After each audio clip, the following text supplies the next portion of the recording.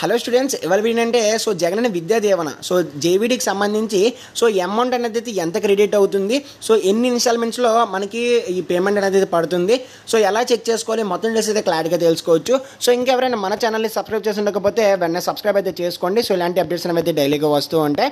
ఖచ్చితంగా లైక్ అయితే చేయండి. ఒక 200 లైక్స్ అయితే టార్గెట్ ఇస్తున్నా. ఫస్ట్ ఆఫ్ ఆల్ ఏంటంటే అమౌంట్ అనేది ఎంత పడుతుంది.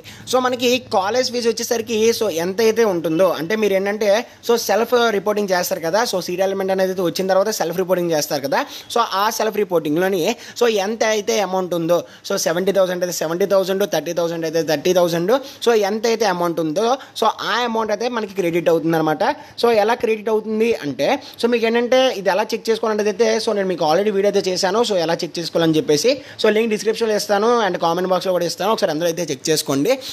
అందులో ఏంటంటే మనకి ఈ విధంగా అయితే కనిపిస్తుంది అనమాట.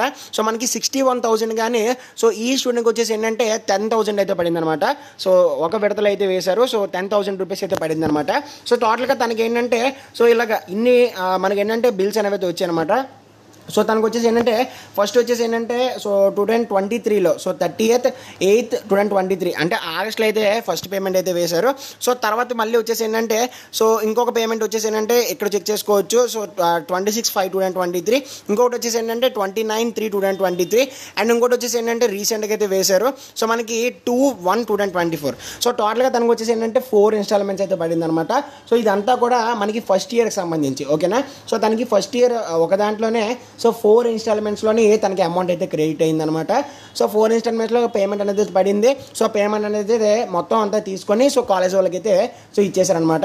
అండ్ నెక్స్ట్ ఏంటంటే ఇంకా సెకండ్ ఇయర్కి వచ్చేసిన తర్వాత మళ్ళీ సెకండ్ ఇయర్ వెంటనే మళ్ళీ కొత్తగా అయితే స్టార్ట్ అవుతుంది.